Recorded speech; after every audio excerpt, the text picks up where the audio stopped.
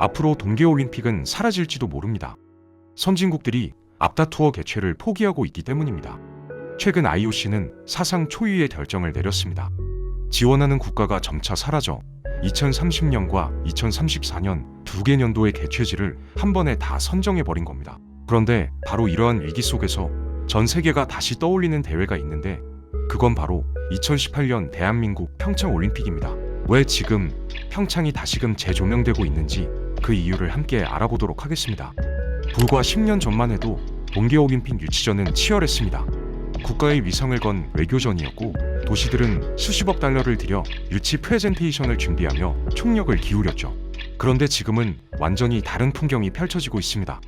2022년 베이징 올림픽 유치 당시를 보면 최종 후보는 단 두 곳뿐이었는데 카자흐스탄 알마티와 중국 베이징이 전부였습니다. 노르웨이, 스웨덴, 폴란드, 우크라이나까지 줄줄이 후보에서 이름을 지웠고 동계 스포츠 종주국이라 불리던 나라들이 오히려 먼저 손을 든 겁니다. 이유는 하나였습니다. 바로 돈이었죠. 동계올림픽은 하계올림픽과 본질적으로 다른데 육상 트랙이나 수영장은 어느 나라든 있지만 봅슬레이 트랙, 스키 점프대, 바이애슬론 사격장은 사정이 완전히 다릅니다. 전 세계에 손에 꼽을 정도로 드물기 때문에 없으면 새로 지어야 하는데 문제는 이 시설들이 올림픽이 끝나면 쓸 곳이 마땅치 않다는 점입니다. 수천억 원을 들여 짓고 나서 대회가 끝나면 텅 빈 콘크리트 덩어리로 남아버리고 유지비만 매년 수십억 원씩 빠져나가는 구조였습니다. 노르웨이가 2022년 유치를 포기한 이유도 바로 여기에 있었습니다. 국민 여론조사에서 반대가 압도적으로 높았고 세금으로 IOC 위원들의 호화 파티를 열어줄 수 없다는 목소리가 거세게 터져나왔죠. 스웨덴 스톡홀름도 마찬가지여서 시의회가 예산 지출을 거부했고 동계 스포츠 인프라가 가장 잘 갖춰진 북유럽 국가들조차 손사래를 친 겁니다. 결국 2022년 대회는 베이징이 가져갔는데 정작 베이징에는 자연설이 내리지 않습니다. 인공눈을 만들기 위해 어마어마한 물과 전력을 쏟아부어야 했고 환경단체들의 비판이 쏟아졌지만 IOC에게는 선택지가 없었습니다. 하겠다는 나라가 베이징뿐이었으니까요. 동계올림픽은 이제 원하는 나라가 골라서 여는 축제가 아니라 IOC가 사정해서 겨우 개최국을 찾는 신세가 되어버렸습니다. 그렇다면 도대체 비용이 얼마나 들기에 이 지경이 된 걸까요? 그 답은 2014년 러시아 소치에서 찾을 수 있습니다. 소치는 러시아 남부 흑해 연안의 작은 휴양 도시였습니다. 인구 40만 명 정도의 여름이면 러시아인들이 해변으로 몰려드는 조용한 관광지였는데 푸틴 대통령은 바로 이곳에서 동계올림픽을 열겠다고 선언했습니다. 문제는 소치에 동계 스포츠 인프라가 전무했다는 점이었죠.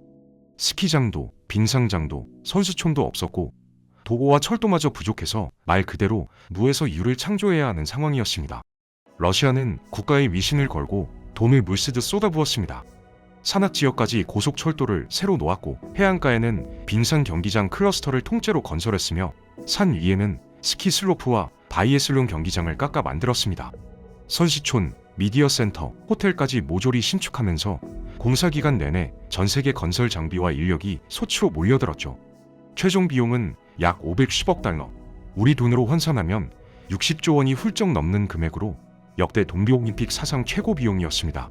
서울시 2년 예산의 거의 2배에 달하는 돈이 단 17일의 축제를 위해 투입된 셈이었죠. 대회 자체는 성공적이었습니다.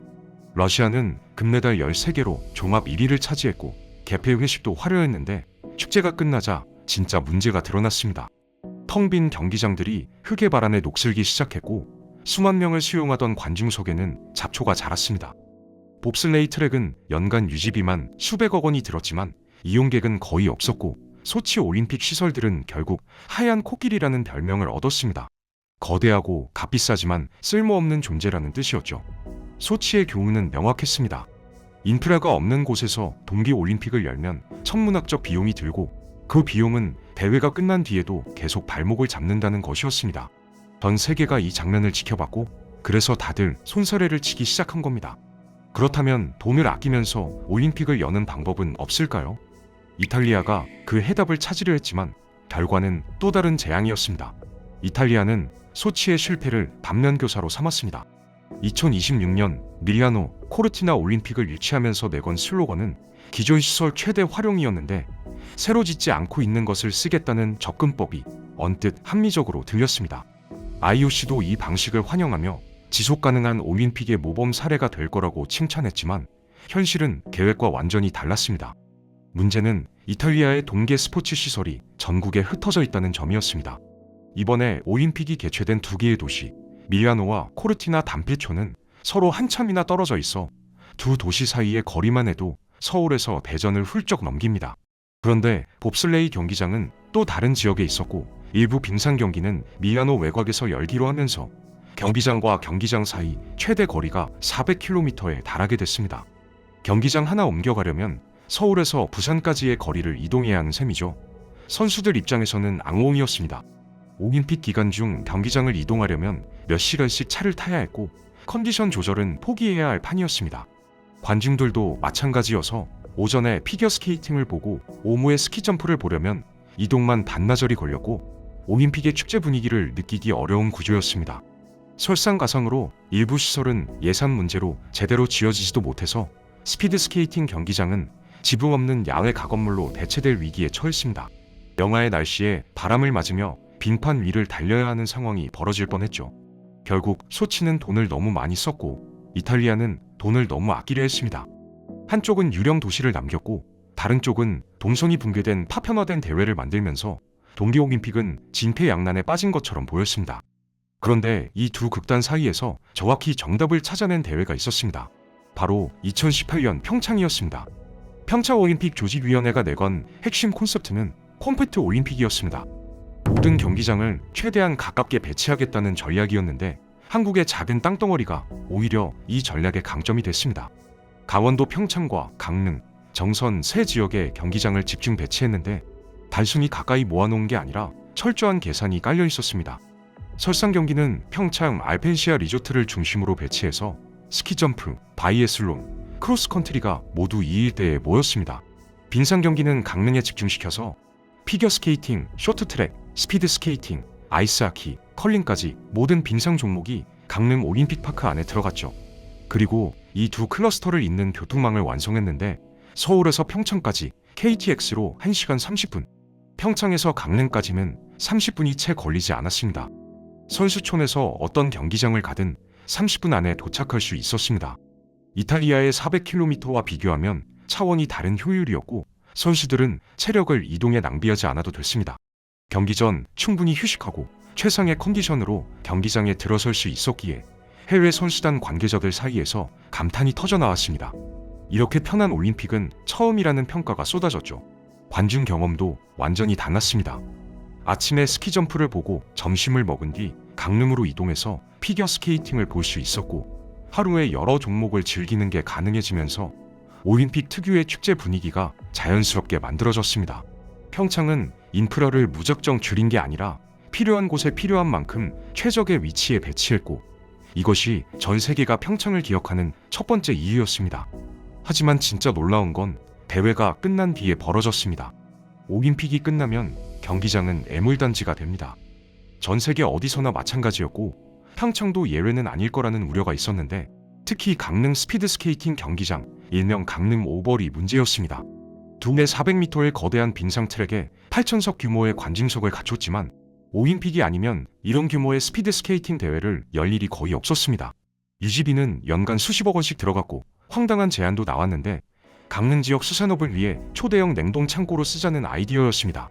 그만큼 활용 방안을 찾기 어려웠다는 뜻이었죠. 하지만 한국은 다른 길을 찾았습니다. 이 거대한 실내 공간의 가치를 완전히 다른 관점에서 바라봤는데 바로 영화 산업이었습니다. 2022년 개봉한 영화 한산 용의 출연은 이순신 장군의 한산도 대첩을 다룬 대작이었고 바다 위 해전 장면을 어떻게 찍을 것인가가 최대 난제였습니다. 실제 바다에서 촬영하면 날씨와 파도를 통제할 수 없었고 대형 수조를 새로 짓자니 비용이 천문학적이었는데 이때 제작진의 눈에 강릉 오벌이 들어왔습니다. 빙상 트랙 위에 거대한 수조를 설치하고 실물 크기 판옥선과 외선을 띄웠습니다. 천장 높이가 충분해서 돛대도 세울 수 있었고 LED 스크린으로 하늘과 바다 배경을 만들어 최첨단 VFX 기술과 결합하자 실제 바다에서 찍은 것 같은 해전 장면이 완성됐습니다. 영화는 흥행에 성공해 관객 700만 명을 돌파했고 스피드 스케이팅장이 한국 영화사의 한 페이지를 장식하게 됐습니다. 이후 강릉 오벌은 대형 콘서트장, 전시공간, 기업 행사장으로도 활용되기 시작하면서 빈 경기장이 돈을 벌어들이는 복합 문화 공간으로 탈바꿈했습니다. 그런데 평창에는 오벌보다 더 골치 아픈 시설이 있었습니다. 전 세계가 가장 처치곤란해하는 바로 그 시설, 썰매트랙이었습니다. 봅슬레이, 루지, 스켈레톤 이 세 종목이 사용하는 썰매트랙은 동계올림픽 시설 중 가장 특수합니다. 길이 1.5km가 넘는 얼음 터널을 산비탈에 깎아 만들어야 하고 건설비만 해도 수천억 원이 들어가는데 평창 슬라이딩 센터 건설에는 약 1141억 원이 투입됐습니다. 문제는 유지비였습니다. 트랙 전체를 여화로 유지해야 하니 냉각 비용만 연간 수십억 원이 들어갔고 전 세계적으로도 이런 트랙은 손에 꼽을 정도였습니다. 아시아 전체를 통틀어도 일본 나가노와 한국 평창 단 두 곳뿐이었죠. 나가노 트랙은 1998년 올림픽 이후 유지비 부담을 견디지 못하고 결국 폐쇄됐습니다. 평창도 같은 운명을 걸을 거라는 전망이 많았지만 한국은 다른 선택을 했습니다. 평창 슬라이딩 센터는 세계 최초로 일반인 체험 프로그램을 도입해서 스켈레톤 체험, 봅슬레이 체험이라는 이름으로 일반 관광객이 실제 올림픽 트랙에서 썰매를 탈 수 있게 했습니다. 물론 올림픽 선수들처럼 시속 140km로 내려오는 건 아니고 트랙 중간 지점에서 출발해 안전하게 체험할 수 있도록 설계했지만 그래도 시속 80km 이상의 속도를 경험할 수 있었습니다. 반응은 폭발적이었습니다. 예약이 수개월치까지 꽉 찰 정도로 인기를 끌었고 전국에서 심지어 해외에서도 이 체험을 하러 평창을 찾았습니다. 유지비를 스스로 벌어들이는 구조가 만들어진 겁니다.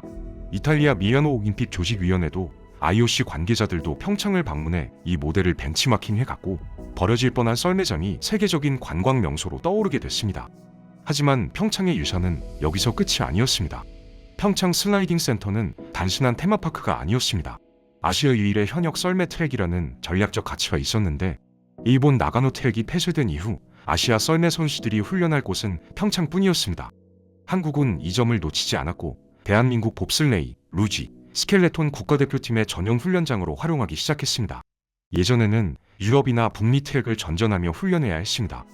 원정 비용만 연간 수억 원이 들었고 트랙 사용 일정도 현지 사정에 맞춰야 했는데 이제는 집 앞에서 훈련할 수 있게 됐습니다. 선수들의 훈련량이 늘었고 기량도 빠르게 성장했으며 2018년 평창에서 윤성빈 선수가 스켈레톤 금메달을 딴 것도 이런 인프라가 뒷받침됐기에 가능한 일이었습니다. 국제대회 유치도 이어졌습니다. 아시아컵 썰매 대회가 내년 평창에서 열리기 시작했고 중국, 일본, 대만 등 아시아 각국 선수들이 평창으로 모였습니다.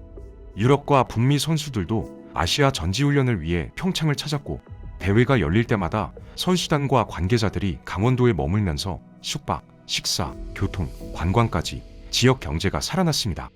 평창 슬라이딩 센터는 이제 세 가지 역할을 동시에 수행합니다.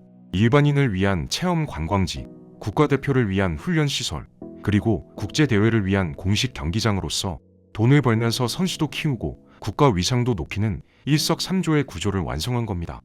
1141억 원짜리 시설이 매년 가치를 증명하고 있고 소치의 유령 경기장이나 나가노의 폐쇄된 트랙과는 완전히 다른 미래가 펼쳐지고 있습니다. 지금껏 동계올림픽의 역사는 두 가지 실패로 점철돼 있었습니다.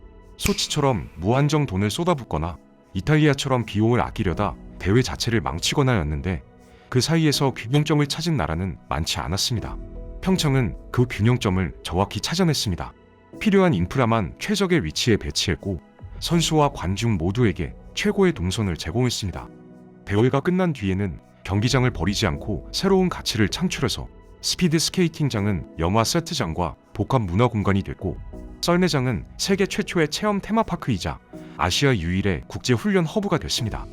올림픽 유산을 이렇게 활용한 사례는 전 세계 어디에도 없었습니다.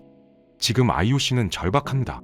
동계올림픽을 열겠다는 나라를 찾기가 점점 어려워지고 있는데 기후변화로 눈이 오는 지역은 줄어들고 비용 부담은 커지고 시민들의 반대 여론은 높아지기 때문입니다. 이런 상황에서 IOC 위원들이 자꾸 떠올리는 대회가 있는데 적은 비용으로 높은 효율을 달성하고 대회 이후에도 시설을 성공적으로 활용한 바로 그 대회 2018년 평창입니다. 한국은 증명했습니다. 동계올림픽이 반드시 독먹는 하마가 될 필요는 없다는 것을, 작은 땅에서도 제한된 예산으로도 세계 최고의 대회를 열 수 있다는 것을, 그리고 축제가 끝난 뒤에도 그 유산을 빛나게 만들 수 있다는 것을 말입니다. 이것이 K 효율의 진짜 의미이고 전 세계가 평창을 그리워하는 이유입니다. 오늘 영상이 유익하고 재밌으셨다면 구독과 좋아요 부탁드리겠습니다. 영상 제작에 큰 힘이 됩니다. 다음 영상에서 뵙겠습니다.